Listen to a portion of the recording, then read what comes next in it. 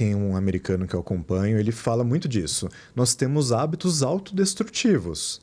Nós estamos diminuindo nossa expectativa de vida. Ah, mas não tem aumentado? Tem, mas poderia ser muito mais. Se nós alimentássemos melhor, fizéssemos atividade física, enfim. Então, nós temos comportamentos autodestrutivos que visam uma busca imediata de prazer, mas que não valem a pena para o corpo. Ah, um cigarro dá um prazer, mas você sabe que é autodestrutivo, você sabe que faz mal. Então, aquele prazer não compensa a longo prazo. Ah, o excesso de consumo de álcool, a gente ainda... parece que o álcool, mesmo quantidade pequena, parece não ser tão bom. Mas a gente ainda meio que... Eu não sou tão rigoroso até para o paciente não fugir, não né? voltar mais. Né? Um pouquinho, ok, mas eu reduzo muito a quantidade que eles estão ingerindo para diminuir os danos. E aí, a alimentação. Então, é açúcar e ultraprocessado. Geralmente, o que tem mais farinha de trigo, que é pão, lanche, pizza, né? Porque daí é muito concentrado.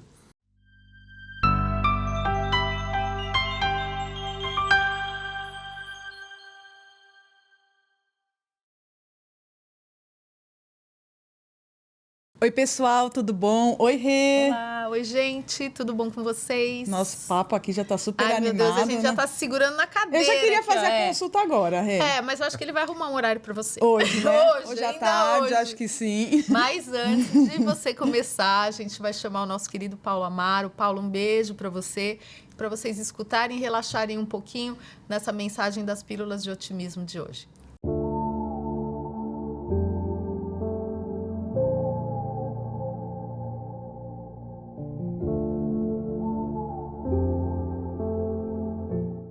Olá, meu nome é Paulo Amaro e a dose diária do Sementes de Otimismo hoje é Dose Diária de Otimismo. O pensamento positivo é meio caminho andado para a felicidade. Acorde com um sorriso no rosto e diga a você mesmo que o dia será incrível. Uma dose diária de otimismo ajuda a tornar a vida mais leve.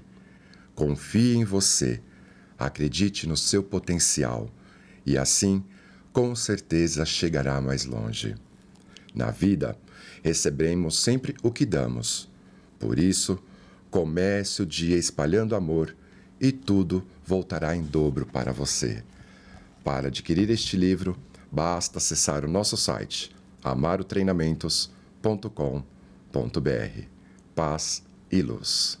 Obrigada, Paulo. Espero que vocês tenham gostado. E já vamos deixar aqui o convite, né, Rê, para o pessoal se inscrever no nosso canal. Gente, é muito importante. Hoje a gente nem precisa falar para vocês compartilharem, que vocês já vão compartilhar. Não, com certeza. Acho que a gente vai estar cheio de assuntos super interessantes aqui. E o nosso convidado, gente, primeiro que é um gato, né, Rê? Nossa, um lindão aqui. Doutor Renato Lobo, Já seja bem-vindo. Me deixando com vergonha. Não, é verdade.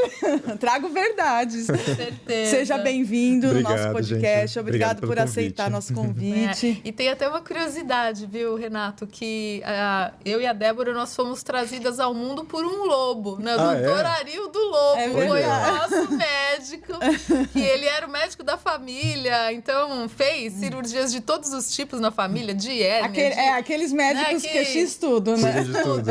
E a gente tem muita gratidão. E eu falei, nossa, doutor Renato Lobo, então obrigada, Você Renato. vê, a alcateia tá aí, né? É verdade. Exatamente, muito bem. E a gente queria ouvir de você um pouquinho, o início aí da sua trajetória, né? Fala um pouquinho de como você começou e como essa linha de trabalho que você faz chamou a sua atenção. Conta um pouquinho pra gente. Olha, tem que até resumir a história, porque teve chão até isso, né? Quando eu decidi fazer medicina, eu queria fazer algo que eu pudesse influenciar na vida das pessoas, ajudar de alguma forma, ter a gratidão de poder ajudar. Eu queria ter um contato igual isso, tete a tete, uma conversa. Então, não era bem uma cirurgia, algo assim, era mais um trabalho de consultório. E aí fiz a faculdade, mas ainda não tinha tanta certeza do que eu queria. Pensei em trabalhar com dor um tempo, ajudando na diminuir a dor, né? Numa intervenção direta.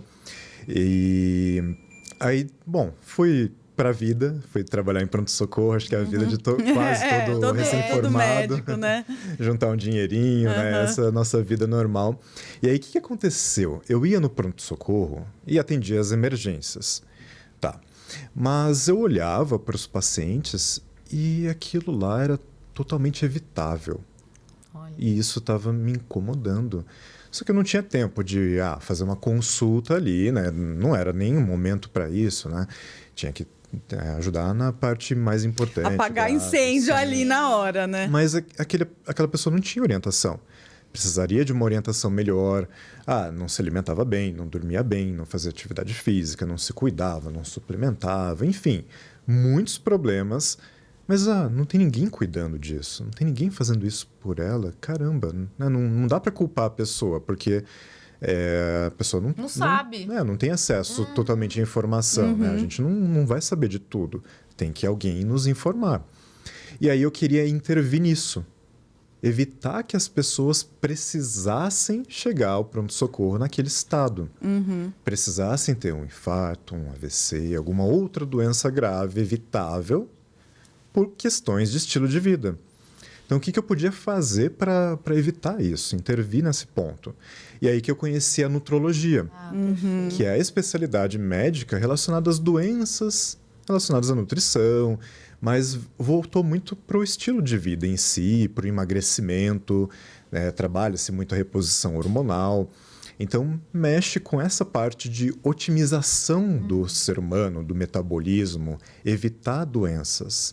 E aí eu me encontrei nessa área, me apaixonei e cá estou. É muito legal, né? Quando parece que você encontra o seu propósito, né? Porque às vezes a gente sente alguns médicos um pouco desconectados do propósito de que é uma pessoa lá do outro lado, sim, né? sim. Que precisa de um olhar empático, acolhedor, e parece que você tem muito essa linha, né? E assim, essa questão do propósito é importante, porque de verdade eu faço isso porque eu amo. Além de gostar de ajudar pessoas, lógico, eu gosto muito, gosto de ter a retribuição da gratidão, de ver a pessoa feliz, mas eu amo estudar sobre isso. Então, acho que entra muito Também nessa questão de propósito, porque eu estudo muito, mas é por prazer. Que legal. Não é que, nossa, não, eu preciso estudar isso, é difícil. Não, eu quero aprender. Né? Me pagando ou não me pagando, eu quero aprender sobre isso. Eu estava falando isso com o César mesmo, que até participou com a gente, né, do podcast, porque assim, quando o médico gosta de estudar, é muito prazeroso descobrir, você vai entrando, né, e assim, aquilo é um mundo para ser explorado. Então, eu acho que a nutrologia, ela traz muito isso, né, você ver o ser humano como uma coisa integral, né, e não fazer... O né, Frankenstein, né? Exatamente. Repartir. Isso. E porque é exatamente isso, né? Eu tento olhar tudo, até nos exames que eu peço. Não vou pedir só a parte nutricional, vitaminas, só hormônio. Não, eu quero ver desde o coração, fígado, circulação, tudo, para saber como é que está a sua saúde no geral. E as minhas perguntas, né? Às vezes você vem para emagrecer. Doutor, quero emagrecer, estou incomodada. Tá bom. Mas eu vou te perguntar sobre tudo da sua vida. Até suas unhas se estão boas, seu cabelo, a libido, como que é a sua alimentação, se vai bem no banheiro, se não vai, como que era a sua família, seus pais, sua mãe, se tiveram algum problema ou não. Então tem que perguntar sobre tudo, para eu te entender. Tá. E aí eu crio um contexto, peço os exames bem completos e eu tenho todo o seu perfil já traçado. E eu consigo otimizar o seu metabolismo, otimizar o que eu precisar para você, né? Porque às vezes, emagrecer, então é só inibir sua fome e pronto, né? Tira a fome, usa um medicamentozinho ali e acabou. Não é bem assim, porque pode ser que seu metabolismo esteja extremamente lento. Então eu vou tirar sua fome, você vai comer menos. Legal. Vou emagrecer? Não, porque daí seu metabolismo cai também para ficar igual. Então, você está comendo muito pouco, só que seu metabolismo está bem baixo. Está engordando com água e alface. Exatamente. Não, aí não sobrou, chega uma hora que já não sobrou mais nada, né? E aí você começa a perder músculo e vai ficando flácido, não vai ficar legal. Então, não é o que a gente quer, o resultado de fato que a gente quer. Então, tem que ser um trabalho mais minucioso, com ajustes, com adaptações. Então, cada consulta eu tenho que ir modificando, né? Ou substituo, troco, aumento doses, reduzo, enfim. É um trabalho mais minucioso. Hoje, quem te procura, doutor? São pessoas mais focadas no emagrecimento ou mulheres que querem fazer uma reposição ou é bem variado? Como que é? É bem variado, assim. Entre homens e mulheres é quase meio a meio. Ah, é meio a meio? Ah, legal. Tem muito homem procurando. Você faz também o trabalho de hipertrofia com sim, homens, sim. né? Então, assim, homem, principalmente, né, busca emagrecimento, mas quer ter massa muscular também, né? Porque ajuda muito no emagrecimento, facilita. Nós temos mais testosterona, isso ajuda bastante, bastante. E dá mais formato para o corpo. Já na mulher, quer emagrecer. Mas aí, às vezes, eu tenho que direcionar melhor. O que você quer? Emagrecer, mas é corpo de modelo, ficar bem fininha. Não, quero ter um contorno, tipo aquelas blogueiras, fitness. Não quero ficar bombada, né? Hoje em dia, geralmente não quer, né? Mas ter um corpo um pouco mais desenhado. Um corpo talvez um pouco mais atlético, ou pelo menos mais magra, ter cinturinha. E aí eu vou ajustando isso. Mas geralmente tem que ganhar massa magra também. Com certeza. Mas não vai ficar forte, não vai ficar bombada, né? Longe disso. Mulher precisa de massa magra, mas ajuda a desenhar, só dá um contornozinho. Não é que vai ficar trincada com o abdômen definido, não é isso. Bom seria, né? Assim, né? Se fosse fácil ainda, né? Fácil.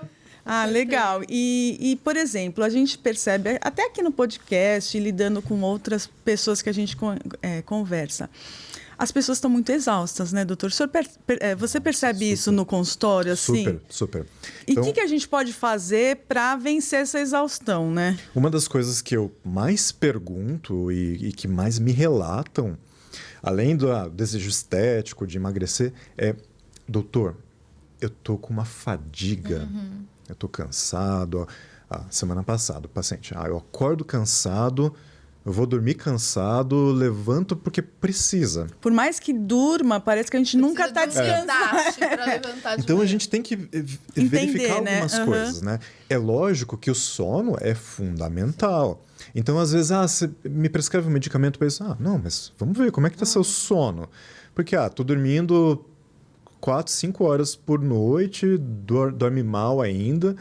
Lógico que você vai estar cansado, é seu sono que está ruim. Vamos melhorar a qualidade do seu sono, né? O quão profundo é o seu sono, quão reparador é o seu sono, a duração dele, para que você descanse mais nas horas que você tem disponível. Então, é fundamental. Só que, às vezes, a pessoa dorme bem ou dorme até mais. Então, esse paciente, por exemplo, durmo 8, 9 horas e tô cansado. Então, não era só isso. Tem coisas além.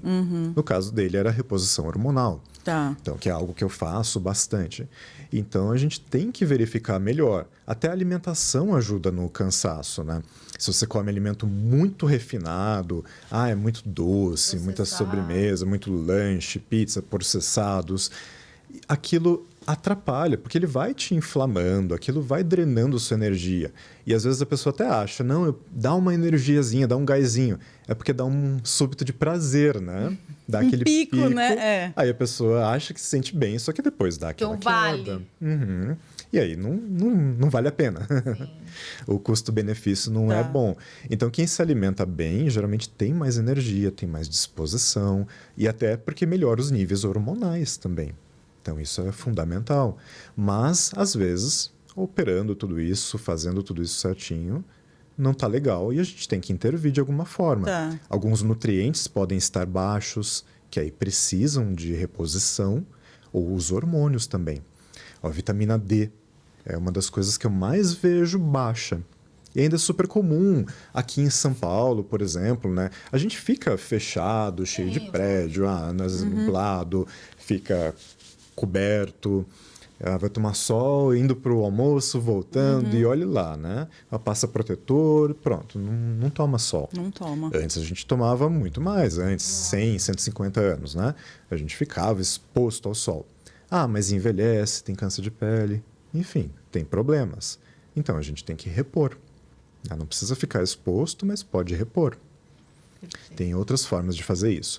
E aí outros minerais, o zinco, o ferro, também podem estar baixos. Tudo isso dá para a gente checar, dá para medir, né? E faz diferença, no resultado da pessoa. Então, o legal é isso, não é só algo que acha, algo subjetivo.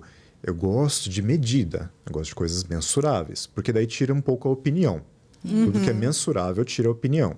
Então, eu consigo medir e ver. Olha, um nível ideal é isso, né? Uma mediana, né? É isso. Então, se você está muito abaixo, você vai ter alguma dificuldade. Você vai ter mais sintomas ruins. Então, a ideia é trazer esse nível mais para cima, melhorar. Tá.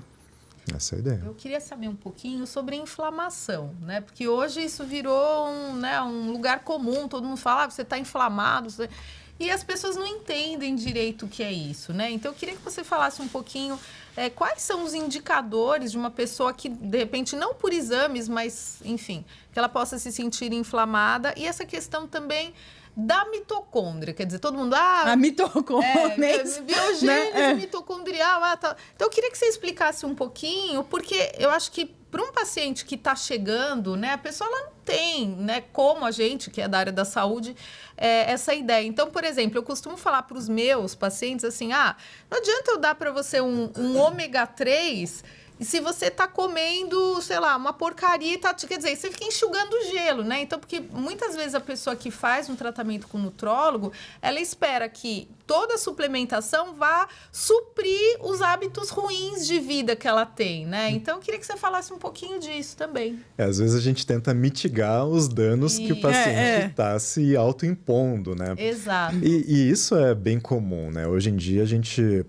Tem um americano que eu acompanho, ele fala muito disso. Nós temos hábitos autodestrutivos. Nós estamos diminuindo nossa expectativa de vida. Mas não tem aumentado? Tem, mas poderia ser muito mais. Se nós alimentássemos melhor, fizéssemos atividade física, enfim. Então, nós temos comportamentos autodestrutivos que visam uma busca imediata de prazer, mas que não valem a pena para o corpo. Um cigarro dá um prazer, mas você sabe que é autodestrutivo, você sabe que faz mal. Então, aquele prazer não compensa a longo prazo. O excesso de consumo de álcool, a gente ainda... parece que o álcool, mesmo quantidade pequena, parece não ser tão bom. Mas a gente ainda meio que... Eu não sou tão rigoroso até para o paciente não fugir, não né? voltar mais. Um pouquinho, ok, mas eu reduzo muito a quantidade que eles estão ingerindo para diminuir os danos. E aí, a alimentação. Então, é açúcar e ultraprocessado. Geralmente, o que tem mais farinha de trigo, que é pão, lanche, pizza, né? Porque daí é muito concentrado. Então, tudo que absorve muito rápido, né? A gente sabe, porque daí aumenta muito a insulina. Tudo que é ultraprocessado está pronto para ser absorvido no intestino. E aí geram consequências. Então, você vê o intestino machucado, né? Isso é bem comum. O intestino já vai perdendo as junções dele, ele vai ficando machucado mesmo. Isso aumenta as sensibilidades alimentares. Alimentos vão causando inflamações, vão causando espinhas, vão causando algumas outras lesões de pele, dor de cabeça. Tudo por conta de inflamação no intestino, na pele. E aí essa inflamação, que é de baixo grau, é diferente de uma inflamação grande, ela é de baixo grau, mas ela fica contínua. Esse é o grande problema. É igual a pressão alta. Sabe por que pressão alta é ruim? Se você faz alguma atividade física, eu te garanto, sua pressão fica muito mais alta do que quem tem pressão alta. Mas isso não é ruim? Não, porque é agudo. Você vai fazer atividade física por 1 hora por dia, às vezes alguém mais, menos, enfim. Mas por 1 hora por dia, sua pressão fica alta. Nas outras 23, ela fica baixa. Legal. Agora, uma pessoa que fica constantemente um pouquinho alta 24 horas por dia, aquilo gera dano, aquilo gera problema. A mesma coisa para a inflamação. Constantemente a inflamação ali. Isso gera problema. E aí tem vários marcadores laboratoriais que nós usamos, seja ácido úrico, ferritina, homocisteína. E às vezes os pacientes até tentam suavizar isso. Minha ferritina sempre foi alta. É da família. Aí não, existem condições que predispõem até ela mais alta, mas você consegue baixar com hábitos. Você consegue. Então, não adianta abandonar o barco, é assim, você sempre assim, nasci assim. Não. Tem como melhorar. Ah, ácido úrico é assim, é de família, não. Tem como melhorar. Talvez a família toda tivesse maus hábitos. Sim, a sua alimentação, os seus hábitos, você consegue sim melhorar. E suplementações, tem algumas suplementações específicas que melhoram. Tá. E a gente vê resultado. De novo, é mensurável.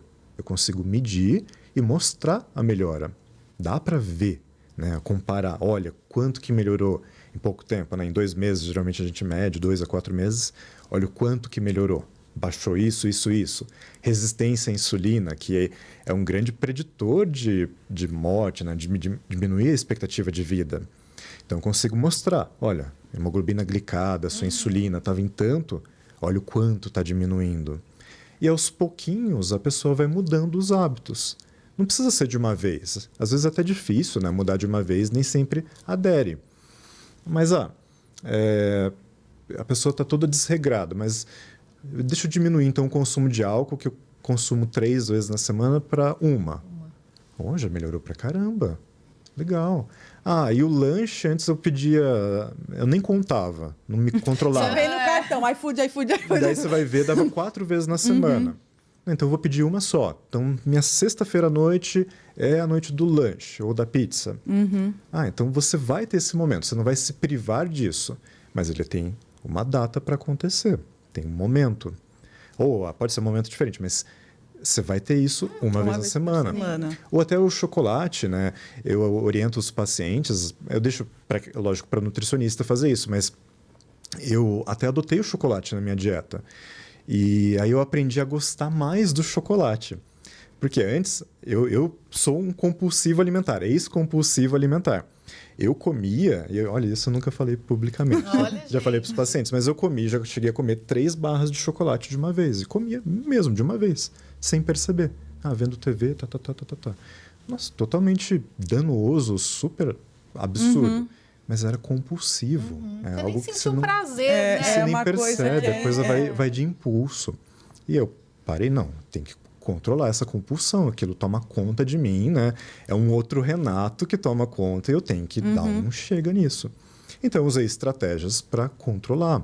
Seja colocar uma fruta doce à tarde, aí eu já chego com menos fome, menos vontade de doce à noite. E um chocolate, mas daí eu aprendi a gostar de chocolate, que não é aqueles normais que a gente compra. Então, é um chocolate amargo, que daí é o gosto do chocolate, não é o açúcar, o leite, a gordura. Eu pego agora 85%, é um chocolate bem amargo, mas é o chocolate. Então eu pego um pouquinho dele. Na verdade, a gente não come chocolate, a gente come o açúcar. Exatamente. Né? Que é o que dá aquela coisinha boa pra gente. Então você pega um bem amargo, bem chocolate mesmo, deixa lá derretendo na boca, aí você vai sentir. Você vai falar, nem quero. Nem quero mais. Mas aí você vai sentir o chocolate. Aí você vai saber o que é o gosto do chocolate. Passando por esse seu processo, então, doutor, se você puder falar pra gente, como que foi, então, essa sua virada de chave porque a gente... Bom, nós duas, né, é uma eterna luta contra o peso. Até quando eu fui entrevistada, eu falei, não tem um dia que eu não penso em dieta, não tem um dia que eu me lembro que eu não falei, hoje eu preciso, não posso comer isso e tal. Como que foi sua virada de chave? É uma coisa que você ainda tem que cuidar até hoje, assim? Eu tenho. Não foi se eu te disser que foi uma virada de chave, assim, acho que eu vou estar sendo superficial. Porque foi um processo contínuo, na verdade. Eu fui adaptando hábitos. Mas aí, se teve uma virada, foi quando eu parei para pensar, não, realmente, são hábitos que estão me tirando um pouquinho da vida no futuro. É que a gente não consegue sentir isso, saber a consequência. Mas eu sei que se eu continuar fazendo isso, minha expectativa é um pouco menor do que poderia ser. E eu quero ter o máximo possível. Eu quero viver o máximo possível. Ter a melhor longevidade possível. Então, eu vou ter que mudar algumas coisas. Então, comecei a mudar o sono, eu dormia menos. Aí eu adaptei um pouquinho melhor. É normal da vida do médico, né? Muitos plantões, muita coisa. Sim. Assim, né? Não, e olha só, o médico tem esse dado para mulher, né? Para homem eu não cheguei a ver. Mas tinha um dado que a mulher, né, médica, a expectativa de vida era 19 anos a menos do que a mulher normal. Normal, não médica, né?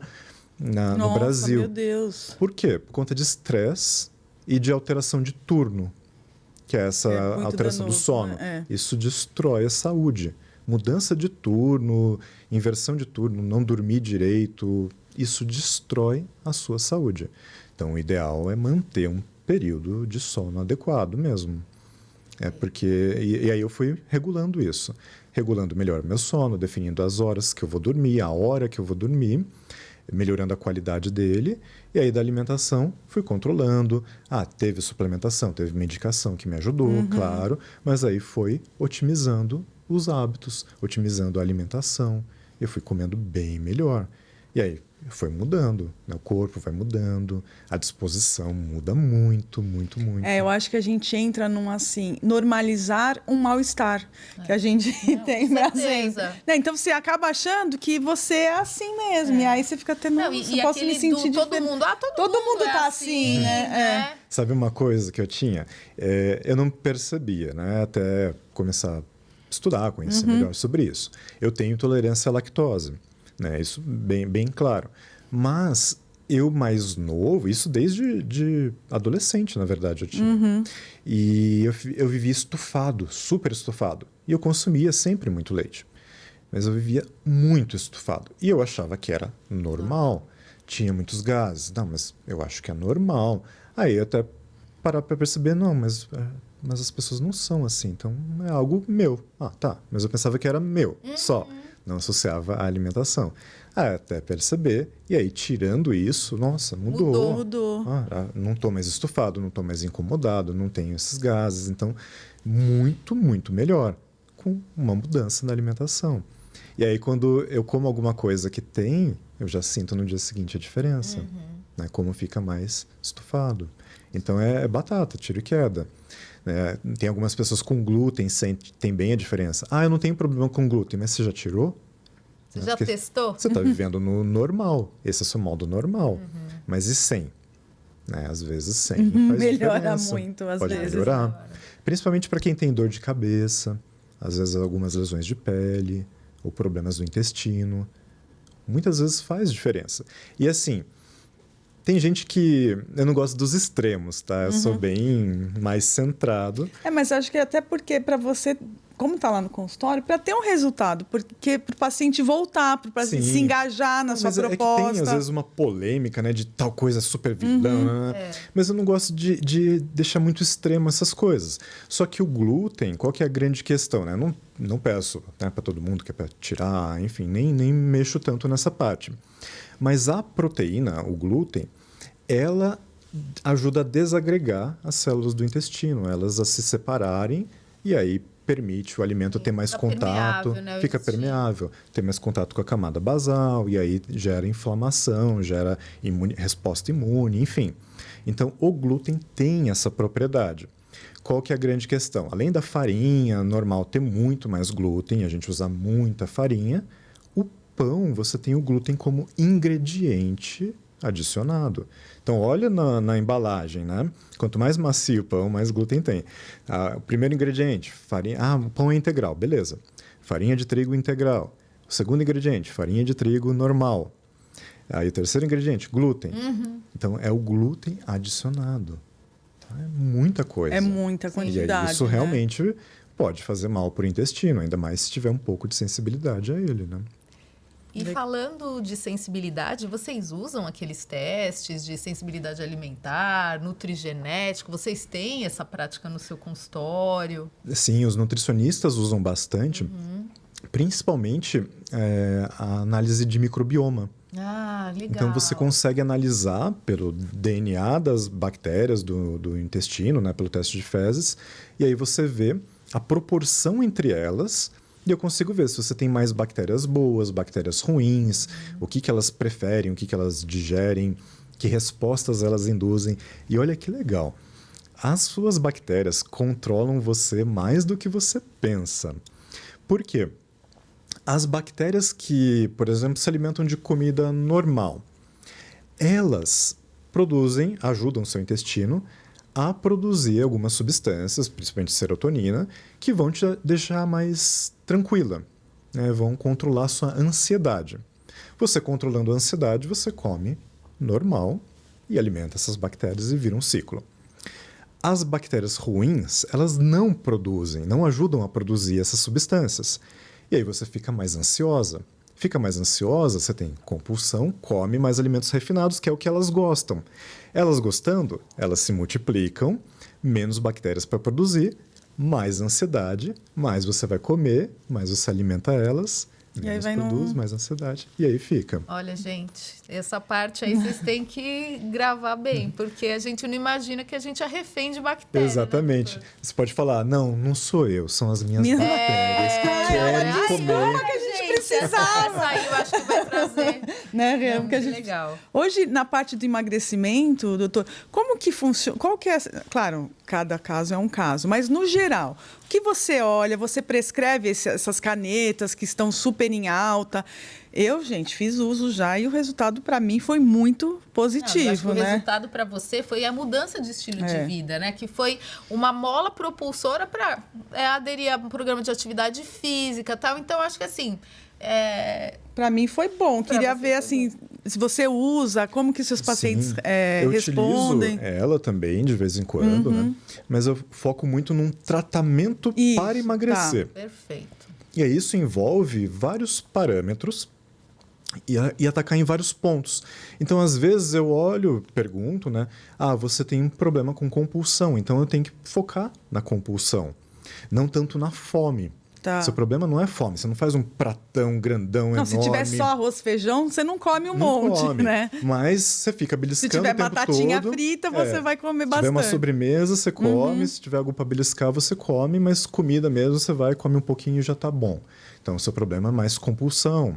Aí você vê se você vai atuar mais na fome, na saciedade, na compulsão, na ansiedade para comer, no beliscar, ou no metabolismo mais lento, em otimizar a queima de gordura, ou a pessoa tem muito pouca massa muscular, isso influencia no metabolismo. Então, eu tenho que ajudar na massa muscular, ajudar o músculo a captar essa glicose para poder ajudar no metabolismo. Então, é um tratamento mais completo e individualizado mesmo. Tá. Então, é focado no problema do paciente. Não é um papel escrito, já fixo, impresso, assim, você entrega. Porque nem dá. Cada caso é um. Então, se eu usar, por exemplo, a canetinha para todo mundo, talvez funcione em 60% dos casos. Mas eu não vou ter os mesmos resultados que eu tenho no consultório. De duração de efeito, né, de manter resultado e a velocidade com que eles acontecem. Tá. Então, é muito mais eficaz. Porque é uma associação mesmo dos tratamentos. E agora tem até os mais modernos. Fala um pouquinho para nós. Esses são agora a última geração, né? Tá. Que é o medicamento mais novo, que é o Mounjaro, o nome técnico é tirzepatida, que ele é parecido em parte com o anterior, que é o Ozempic, mas ele tem uma molécula, ele atua num receptor a mais, então ele tem um efeito mais potente que ele, só que dá menos efeito colateral. Então ele é mais forte, dá menos efeito colateral. Tá. E ele, quando você para, né, tem os testes de emagreceu bem, beleza, vou interromper o tratamento. O que acontece? Sempre, né, todo medicamento você recupera um pouquinho. Não é que recupera tudo, recupera mais, mas um pouco você recupera. Ele é o que menos reganha peso depois. Então, o tratamento com ele está sendo um sucesso. Aonde tem resultados incríveis.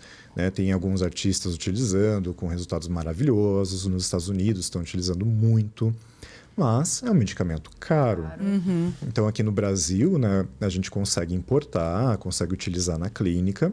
Ainda não chegou na farmácia, mas a expectativa de preço é bem mais alta. Então, o Ozempic já é algo que não é acessível para todas as pessoas, né? Porque não é uma compra que você faz. Normalmente você tem que fazer uso por um tempo. Esse, então, já vem com uma expectativa de preço maior. Vai estar umas 5 vezes mais caro. 5 vezes mais caro, nossa, Não, e até por ser mais caro, a pessoa ela tem que estar comprometida com outras coisas do estilo de vida, porque senão ela vai fazer um investimento super alto e vai se frustrar também, né? Então, acho que é importante. E eu queria ouvir um pouquinho, doutor, falar um pouquinho da questão da reposição hormonal, né? Porque hoje, assim, eu não sei por que motivo, mas eu acho que o público da nutrição, né, o público que eu tenho recebido, é um público de mulheres no climatério e na menopausa. Porque eu acho que a menina mais jovem, hoje ela vai no grupo de desafio da blogueira, ela não me procura, né? E realmente você vê que, assim, que as pessoas depositam na gente uma expectativa para esse tipo de necessidade, só que isso não é do escopo da nutrição, né? E também, se ela não... A gente pode até dar uma ajuda, mas às vezes é uma coisa mais complexa, né? De uma reposição. Então, eu queria saber, assim, quem deve procurar? Porque eles dizem que tem uma hierarquia, né? Tipo, vai diminuindo um hormônio, depois o outro. E aí, quando a pessoa procura vocês, é porque ela já está sem produção nenhuma, mesmo menstruando muitas vezes. Sim. Então, eu queria que você falasse um pouquinho disso. Não, e, de fato, a nutrição tem um papel fundamental, né? Na mulher pós-menopausa, na perimenopausa, ajuda muito mesmo. Então, é fundamental fazer esse acompanhamento.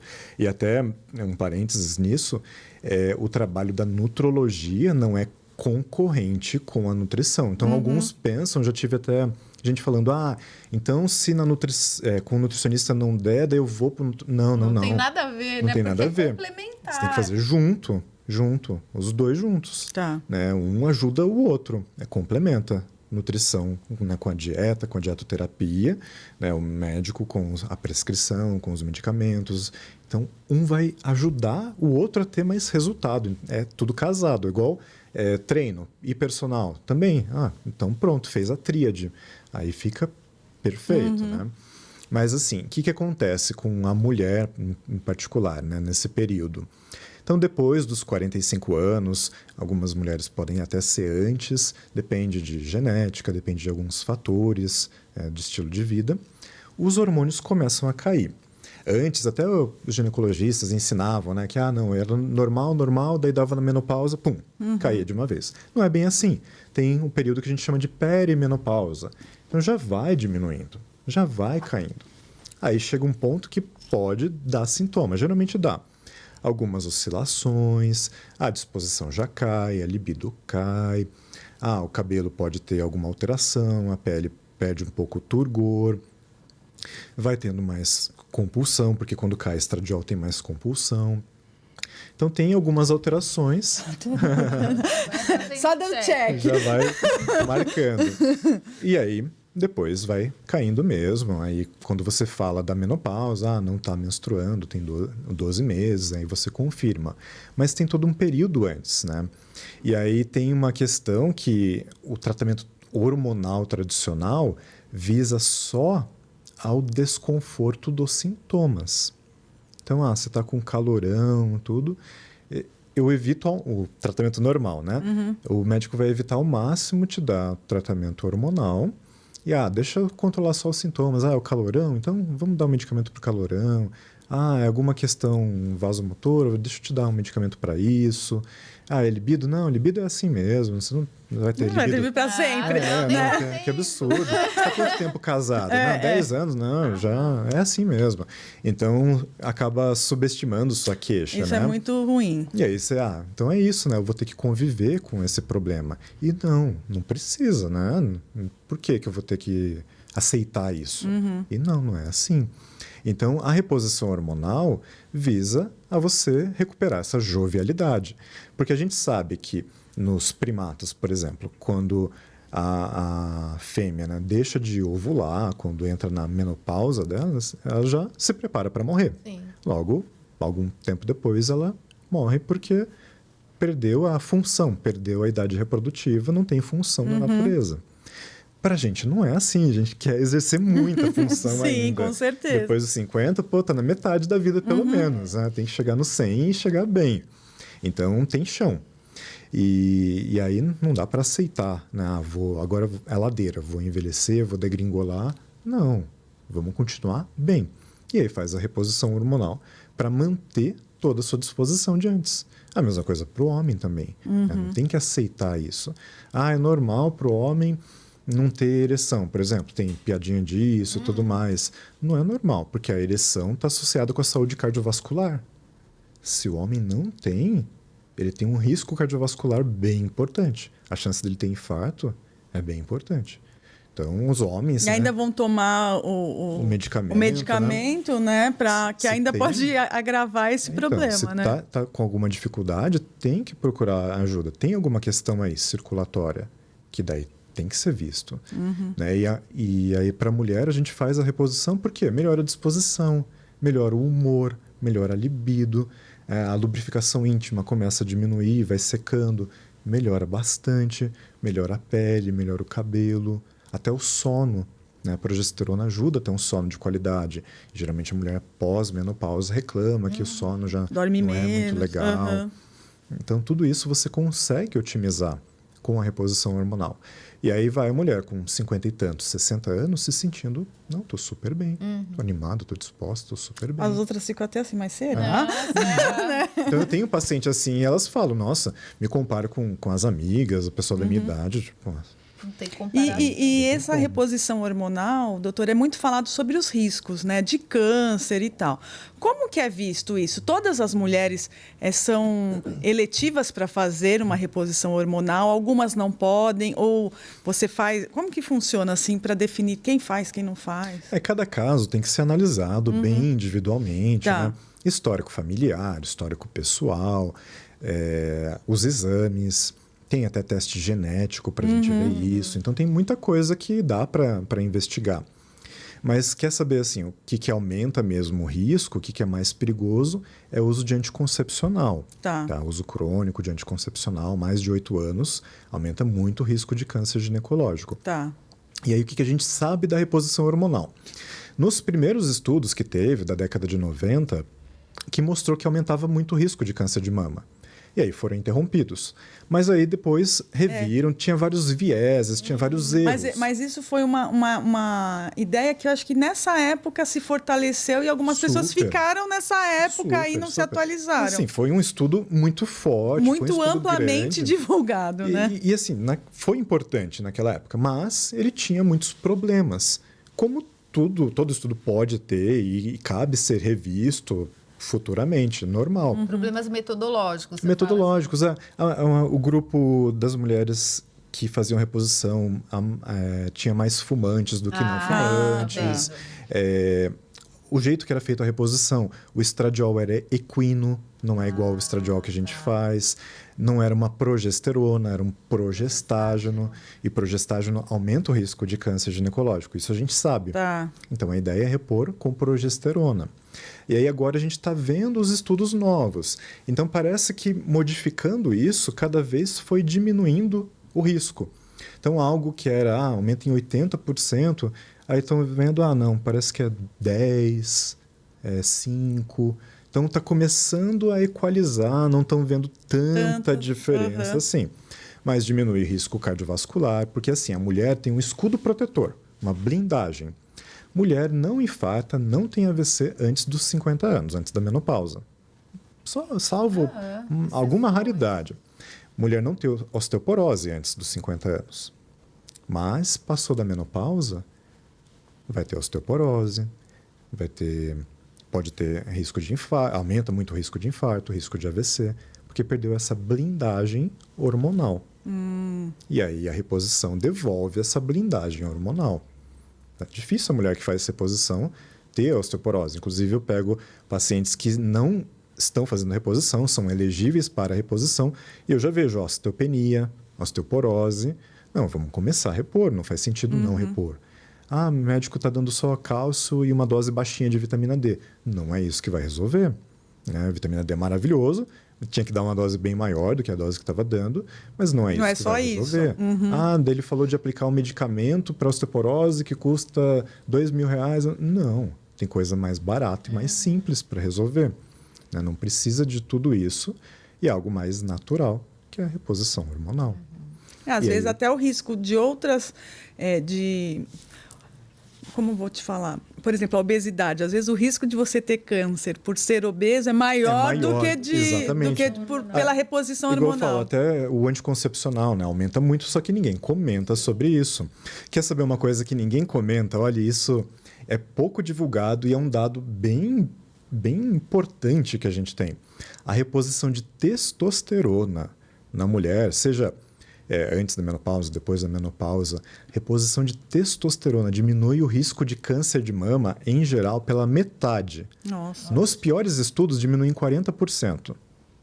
Mas que seja, 40% já é muito. Reposição de testosterona. Não, e as pessoas só ficam falando, não, mas você vai ficar com a voz grossa, você vai ficar cheio Longe de pelo. disso. Tipo assim, tem muito estigma, né? Longe disso. Porque assim, a faixa é muito grande. Então pensa o seguinte, tem um nível de normalidade aqui da mulher. Abaixo disso, né, tá ruim. Entre esse nível tá normal. E aí, aqui começa o nível normal do homem. Então, mulher tá aqui, o do homem tá aqui. É uma diferença muito grande. Quase 15 vezes mais. É bem grande. Semana passada, eu atendi uma paciente, que daí foi no ginecologista. E aí, olha, foi a primeira vez que eu vi isso. Foi algo um pouco desconfortável até. Ela estava super feliz. Não, minha ginecologista fez a reposição hormonal. Eu gostei muito. Eu fiquei muito disposta. Foi o melhor momento. O libido estava ótimo. Só tive alguns colaterais que me foram incômodos. Né? Fiquei um pouquinho rouca, né? Já tinha alteração de voz. Estava crescendo muito pelo e tudo mais. Aí fui ver como é que ela fez a reposição. Ela estava usando o que tinha na farmácia, que era feito para homem. E a ginecologista pediu para ela passar esse. É a dose masculina. Então, aí sim ela estava com efeito colateral. Ela adorou os efeitos positivos, mas ela estava com colateral, porque era uma dose masculina. Com a dose feminina, não tem, porque é a dose que uma mulher produziria normalmente. Então, não tem por que ter efeito colateral. É uma dose de mulher. Mas o problema é que as mulheres, pós esse período, ou quem usa muito tempo anticoncepcional, tem nível muito baixo de testosterona. É um nível abaixo do normal. E aí isso fica muito ruim. Dá alteração, né? A testosterona melhora a libido, melhora o orgasmo, melhora muitos fatores, critérios sexuais, que para a mulher é importante. Então é importante o médico perguntar isso, porque a saúde sexual faz parte da anamnese, faz parte da qualidade de vida de todo mundo, do homem, da mulher. E aí essa questão, você falou até do câncer, né, dos riscos, e para o homem também tinha isso do câncer de próstata, isso caiu por terra também. Mas ainda não é todo mundo que se atualizou e tem-se muito medo ainda sobre isso, de né? fazer, né? Às vezes o profissional nem se sente seguro para fazer e falar, não vamos fazer. Né? Mas a gente sabe que é meio que neutro, não atrapalha nem ajuda. Nem ajuda, tá. Eu queria saber um pouquinho dessas vias de administração da reposição, né? Porque as pessoas falam, não, mas implante hormonal, se der errado, não dá para tirar. Enfim, né? O YouTube, Instagram, acaba, tipo, a pessoa... não, olha, eu vou passar lá no Dr. Renato, vou fazer... Aí a pessoa resolve assistir um monte de vídeo e a pessoa fica pirada. Não sei. Ela cancela a consulta. Já cancela a consulta. Fala um pouquinho das opções, como que você faz? Você já sugere direto? Como que é isso? Então, como que são? Em geral, são 3 opções para você fazer uma reposição hormonal. Existe a reposição em gel. Então, em gel parece um potinho de um creme hidratante que você aperta ele, faz um pump, espalha e passa, geralmente na perna, e ele absorve através da pele. Absorve pouco, mas a gente calcula a quantidade para ser proporcional. Então, pela pele ele absorve durante o dia, né? Então, ele sobe o nível e aí já vai caindo à noite. No outro dia, você sobe de novo e vai caindo. Ele fica oscilando assim ao longo de um dia, de um dia para o outro. Existe o injetável. Aí, o injetável a gente usa em homem, em mulher não se usa. Não se usa não injetável? Se usa mesmo. Tá. É totalmente contraindicado, porque faz pico daí da colateral. Tá. Então, se orientarem para fazer injetável... Cai fora. Não faça. Mesmo, é diferente, esse é lento. Não vale a pena mesmo. Mas aí o injetável, ele sobe e vai caindo o nível. Entre 2 semanas, 1 semana, varia com o tipo. E existe o implante hormonal, que daí é o próprio medicamento. Pensa como se fosse um comprimido mesmo. Né? O pessoal chama de chip. Eu não sei chip da beleza. Como, né? Começou chip. Não tem nada de chip, tá? Não tem nenhum componente lá dentro. É só, pensa no medicamento prensado mesmo, formando como se fosse um comprimido. Assim. Só que, em vez de comprimido, é no formato de uma cápsula mesmo. Só que não tem a cápsula, só um medicamento compactado. E aí podem ser vários medicamentos. E aí eu coloco através de um cortezinho pequenininho, de 3,5 milímetros, bem na região da linha do biquíni, do cinto ali. Com anestesia, não sente nada, é um procedimento rápido de 15 minutos. E aí coloco e fica lá na gordurinha. Não dá para sentir, não dá para palpar, mal fica marca ali depois. E aí ele fica liberando ao longo de 6 meses. Então ele vai subir o nível e ao longo de meses ele vai indo até cair. Então no 6º mês já cai. está bem baixinho. E aí depois pode colocar novamente ou não. E ele vai se desfazendo igual um efervescente, como se fosse aquela vitamina C. Vai se desfazendo até acabar. Então não tem nada para tirar depois. Ele sumiu, seu corpo já absorveu tudo. Existe um outro tipo que ele absorve, ele dura mais tempo, dura 12 meses, e ele é um tubinho de silicone. Ele é mais compridinho, é um tubinho de silicone. E aí você coloca, mas depois tem que tirar. Eu não gosto porque eu acho muito difícil tirar, é incômodo e às vezes tem que deixar lá. Então eu me sinto desconfortável com isso, não utilizo. Tá. Mas existe essa possibilidade e ela é muito boa também. Tá. Mas o que é esse implante? É só uma via de administração. Então eu vejo gente falando mal de implante e não faz sentido para mim. Porque implante é um jeito de administrar algo. É igual injeção, é igual via oral. Igual via endovenosa. Tem gente agora falando mal de soro, enfim. Soro é só uma administração, né? Não é que cura tudo, né? Longe disso. Tem suas indicações e ponto. Eu até utilizo bem pouco, mas é uma forma de administrar algo. Se tem muita coisa, é muito mais fácil no soro do que um monte de injeção na bunda. Né? Vou tomar 5 picadinhas. Tem que toda hora ou tá aplicando, né? Sim. Então, daí no soro você coloca tudo numa bolsa e vai. Então, algumas vezes isso facilita a vida. E aí a absorção é imediata. Então, essas formas, endovenoso, intramuscular, que é injeção, e o implante, ele já está no seu corpo. Né? Então, ele já tem uma absorção. Não depende do intestino absorver. Porque dos medicamentos, a gente sabe que não é tudo que absorve. É lógico. É metade, é 80%, e depende da sua saúde do intestino. Aquilo é uma média, pode ser que o seu seja menor. Se o intestino não está saudável, absorve menos. Igual a gente sabe que você não está absorvendo bem alimento, não está absorvendo bem vitamina, medicamento você não vai absorver bem também. Então, ao invés de desperdiçar com isso, você pode utilizar algo já parenteral, que é algo que já está dentro do seu corpo. E aí ele tem a absorção ali total, imediata, e você utiliza. Né? É tudo calculado conforme o seu corpo, o seu peso, o objetivo que a gente quer. E eu gosto de utilizar doses pequenas, que dão resultado, é lógico, mas doses menores. Se precisar depois, aí a gente aumenta. Porque daí eu minimizo o risco de colateral. Eu costumo ter bem pouco colateral, porque eu utilizo medidas protetoras. Esses riscos colaterais que podem acontecer, que são mais comuns? Em geral, depende da substância que utiliza, mas no caso da gestrinona, que é o chip da beleza, que teve esse nome porque ele melhora muito celulite, ajuda a massa magra, ajuda a emagrecer e melhora a libido e a disposição. Aí ficou esse nome mais popular. Mas o que ele dá de efeito colateral? O que ele pode dar de efeito colateral? Tudo proporcional à dose, tá? O mais comum é oleosidade na pele e queda de cabelo. Vai cair tudo? Não. Ele aumenta a taxa de queda de cabelo. Se você já tem queda de cabelo, então tem que ficar atento. Pode ser que não seja viável para você, ou primeiro a gente faça um tratamento para o cabelo. Se você já tem pele oleosa, talvez seja interessante a gente fazer um tratamento junto para a espinha, para a oleosidade na pele. E aí, não costuma ter problema. Tem a pele normal, a pele seca. Então, geralmente, não dá problema. Só aumenta um pouco a oleosidade. Isso também não são riscos de gravidade. Nada né? grave. São mais de aparência. Isso. Mas é lógico, se eu colocar doses altas, mas aí, proporcional à dose, mas coisas que eu nem coloco. Mas se eu colocasse doses altas, aí pode alterar a voz, pode alterar a pilificação. Tem outros efeitos colaterais. Mas dentro da sua linha de trabalho, aí nada mais sério. É tranquilo até. E geralmente é reversível quando para o tratamento. Quando acaba. Quando acaba o tratamento.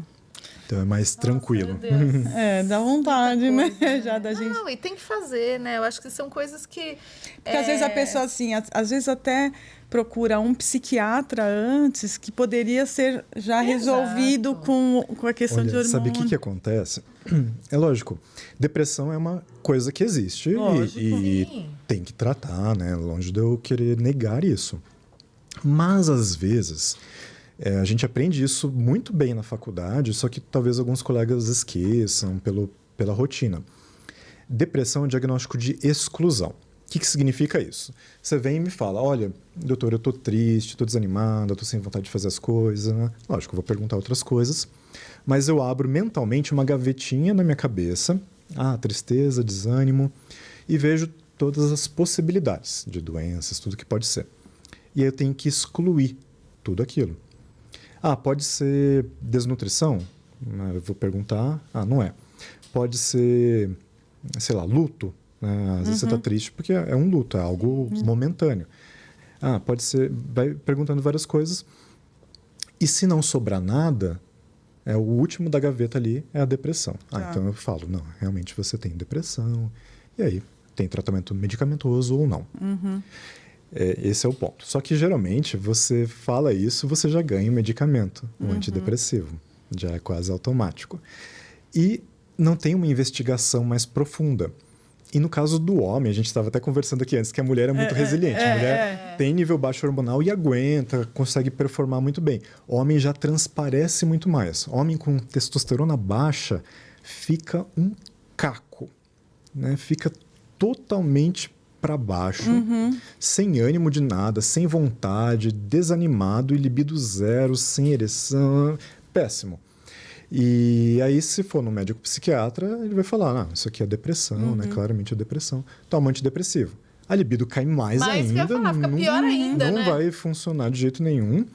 E vai meio que mascarar. Ele vai ter menos sintomas, talvez, tristes, mas não é o que vai dar ânimo para ele. Ele vai continuar meio que neutro, só que nivelado para baixo. Que não era o que ele queria. E aí, se investigar melhor... pode ser vitamina D. Vitamina D deixa o humor bem baixo, quando ela está baixa. Ela realmente deixa o humor para baixo. E nível alto deixa o humor melhor. Não é que ela anima, mas... É que normaliza. Ela baixa, o humor realmente fica baixo. Isso é fato. Daí deixa o nível alto, a pessoa fica melhor. E testosterona normaliza testo, o homem revive. Parece que ele saiu da cinta. Revive, vira outra pessoa. Outro tom de voz, outra postura, outra linguagem corporal, outra pessoa. Que se caísse no consultório do psiquiatra, não ia ganhar antidepressivo. Depois, né? Depois, se ele tivesse com a testo, ele não ia. Mas sem a testo, ele ia estar, vida.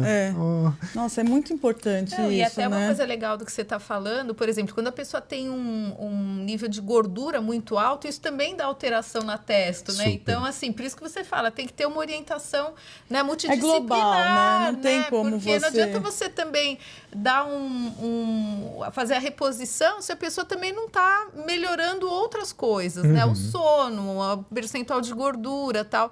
Então, eu acho que realmente é muito importante a pessoa se dar a chance de fazer uma consulta, né, com um profissional, para avaliar isso, né? Porque assim, de novo, depressão existe, né? Não estou negando, mas você tem que excluir outras causas. E excluindo às vezes hipotiroidismo exatamente. Porque excluindo isso e a pessoa manteve os sintomas, aí sim se chama de depressão. E excluiu isso, melhorou isso, a pessoa curou os sintomas, não era depressão. Então, tem que até essa questão da serotonina do intestino é muito importante, porque a serotonina também dá esse ânimo. Então, você, de repente, precisa tratar primeiro o intestino. Né? Quer saber uma doença que é a depressão do intestino, né? Que é a síndrome do intestino irritável. Que é a falta de serotonina no intestino, e provoca alteração da motilidade dele.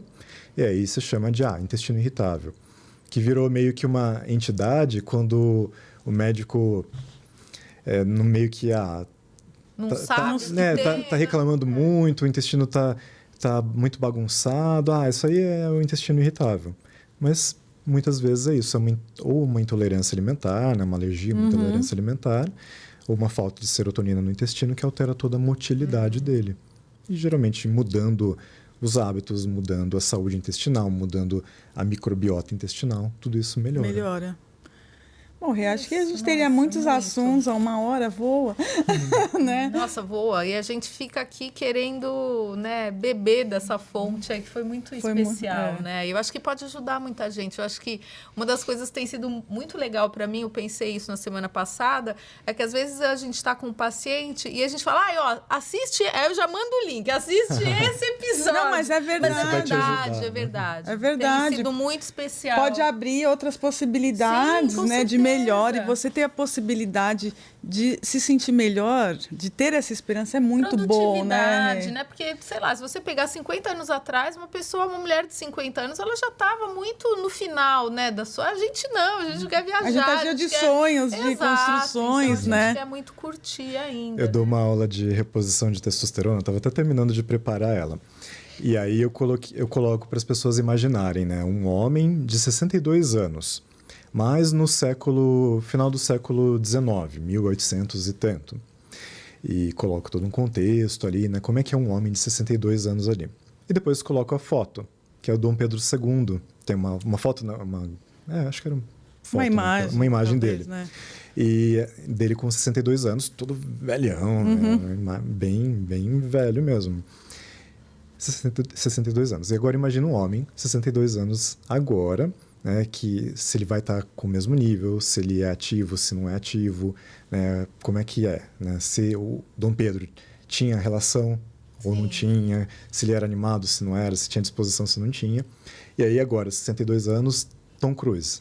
Nossa! 62. É demais, né? De caça. Andando de caça ali, eu coloco um aviãozinho ali, tudo. É muito diferente, então, outra pessoa. Outra realidade. Também, então não dá pra gente ter tudo, né? o mesmo tratamento do Dom Pedro nos dias de hoje.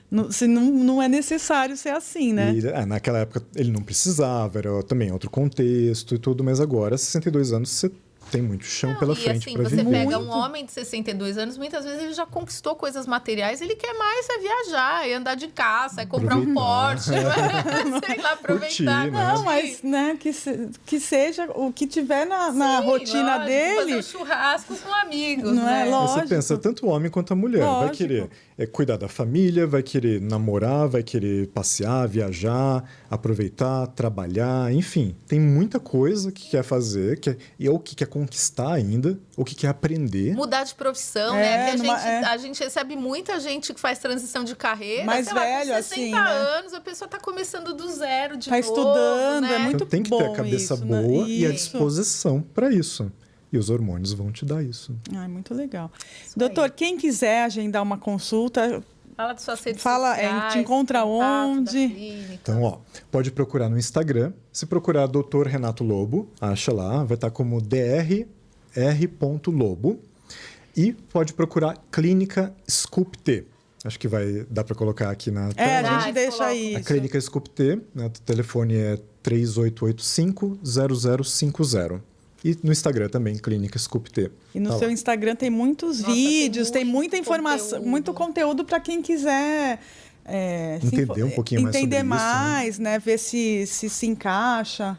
Eu acho que já deu para ter uma ideia da acolhida também que você vai dar, né? Porque a gente vê que muitas vezes falta isso, né? No médico, muitas vezes até aquela correria, aquela agenda lotada e tal. E eu acho que precisa ter, porque é uma decisão importante que a pessoa vai fazer, de fazer um tratamento, né? Sim. Então, não é só uma consulta, não é só né? uma consulta pontual, né? Isso pode mudar muito a vida da pessoa. Com certeza. Mas é isso, gente. É isso. Agradecer, obrigada. Então, doutor. Foi muito legal. Foi muito esclarecedor e a gente espera te receber de novo numa próxima oportunidade. Vai ser um prazer. Obrigado pelo convite, obrigado pelo papo, foi muito bom. Que bom. E agradecer também vocês que estiveram com a gente. Sim. Compartilhe esse episódio, eu tenho certeza que pode aí mudar a vida de muita gente, né, Rê? Com certeza, vai trazer um novo olhar aí, vai ser muito gostoso. É isso aí. Pessoal. Até a próxima semana. Tchau, tchau, gente. Tchau, tchau.